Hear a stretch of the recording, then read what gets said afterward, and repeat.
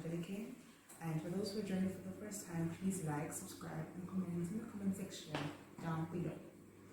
We started a series of business, right? How to attract high profitable sales to your business. But today we'll be talking about how to grow your business,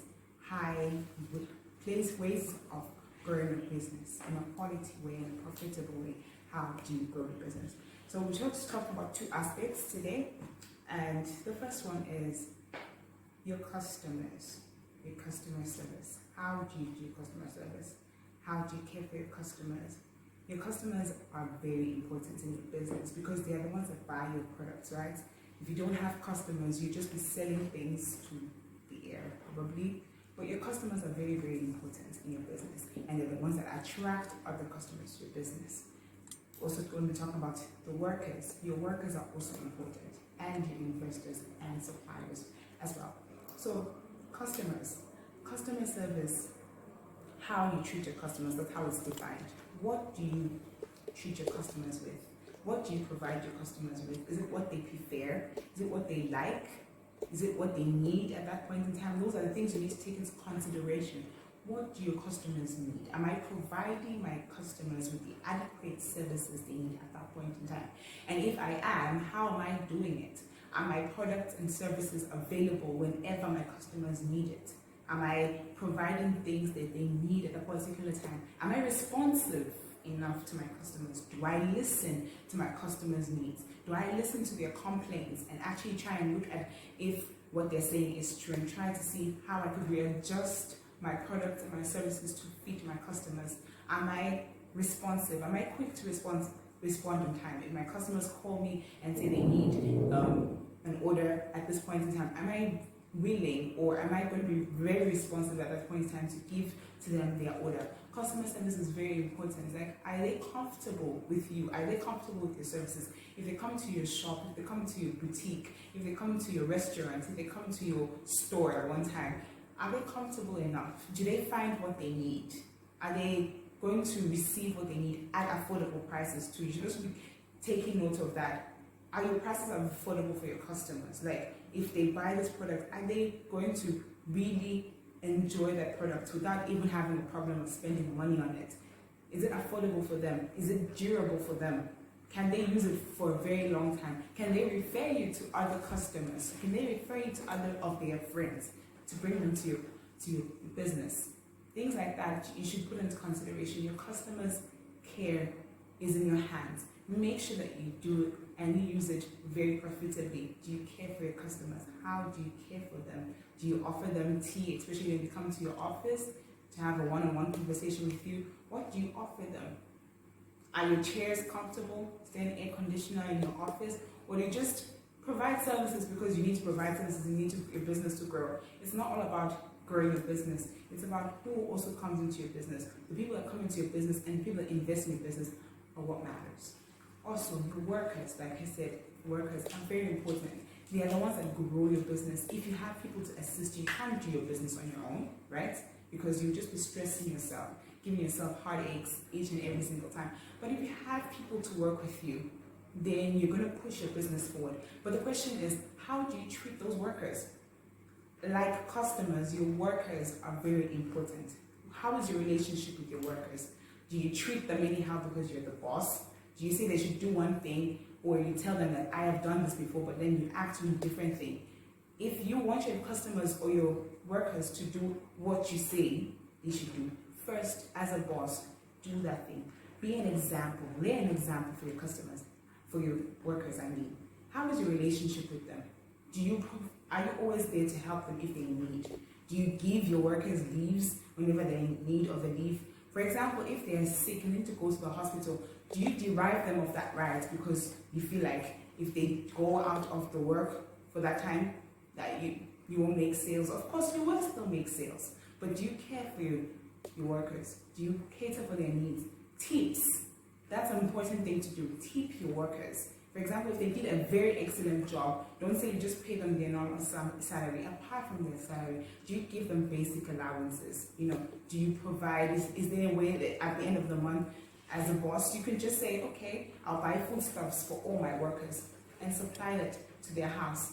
You know, they won't have any need at that point in time. They won't have any worries like, okay, at the end of the month, I'll use my salary to buy this, I will use my salary to pay rent, I use my salary to pay the bills. But if they have a boss that is caring, that every month, even if it's not every month, but let's say twice every month, you get foodstuffs and supply them to your workers' houses, obviously that relationship between your workers will be boosted. I'm not trying to say that workers should be familiar with their bosses or bosses should be familiar with their workers, because then the relationship is taken advantage of. But just make sure that your relationship with your workers is adequate and is very good.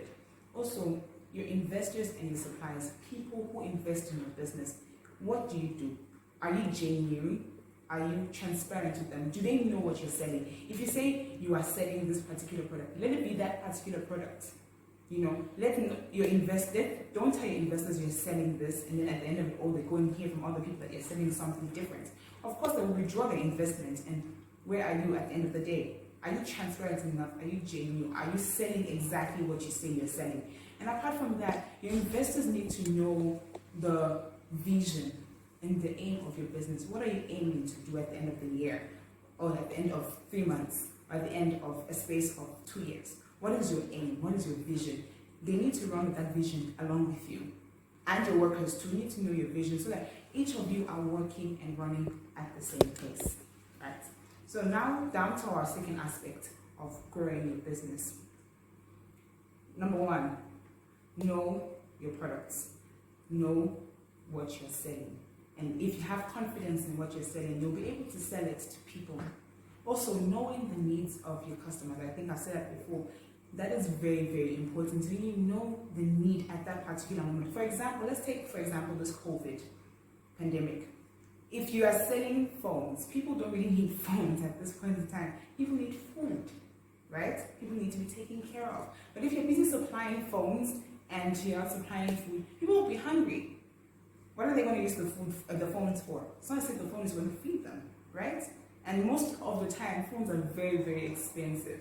So if you provide what they need at the point in time, if you provide food for them, if you provide fruits, vegetables, rice, anything that they need to cook at that point in time, then you see you're meeting the needs of your customers. So provide what is needed at the point in time. Do not provide things that they will not even need at that point in time, because it will just be going to waste and the people will not want to buy from you again. Also, I think I said customer care. That is also important. And also, quality, number 2, quality of your packaging products. Well, how do you package your products? Are you packaging it the same way another person packaged it? The funny thing is, with most of these business people, or people that want to enter business, is because Mr. A is doing this, I think I can do what Mr. A is doing. Mr. A's capability is different from your capability, right?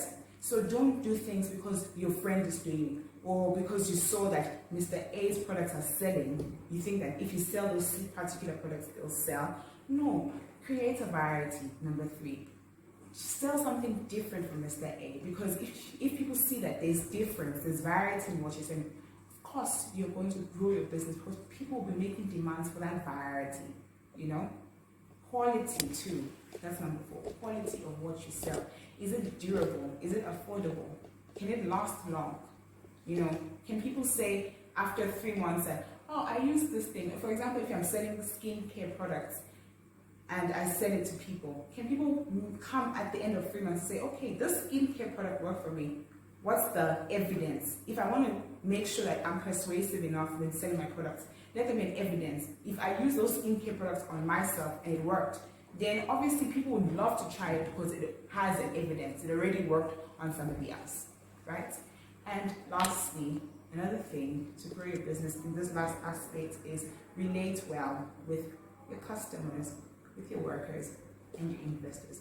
When you put all the strategies I've laid out for you together, you will be growing your business. And don't think that all that I'm saying is just for a particular type of business. It's for every size of business, whether it's a small business where you're starting up, a small one, a medium-sized one, or a large one. Even the large businesses can still use this knowledge to be able to grow their businesses more. I hope with this, you will be effective in your soul and soul businesses. Thank you. God bless you. I love you all.